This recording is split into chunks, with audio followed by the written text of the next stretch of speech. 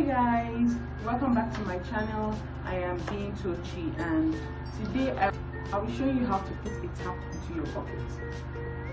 We're going to be using a simple plastic bucket today. We're putting in a plastic tap. So for this you need a bucket. I used my plug spanner to make a hole on the bucket, and I achieved what I wanted to achieve.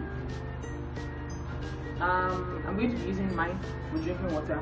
You could use yours for anything else, maybe washing your hands or just storing water, but for me, I will be using mine for drinking water. So I couldn't get this kind of bucket in the market. I prefer to boil my water instead of any other process or even buying it. I rather boil, and this makes it a lot easier for me, because all I need to do is boil it and put in the bucket and just take my water with a cup.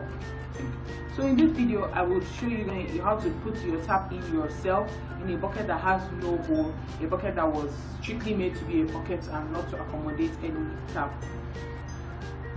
If you like this video when you finish watching it, please don't forget to subscribe and like the video.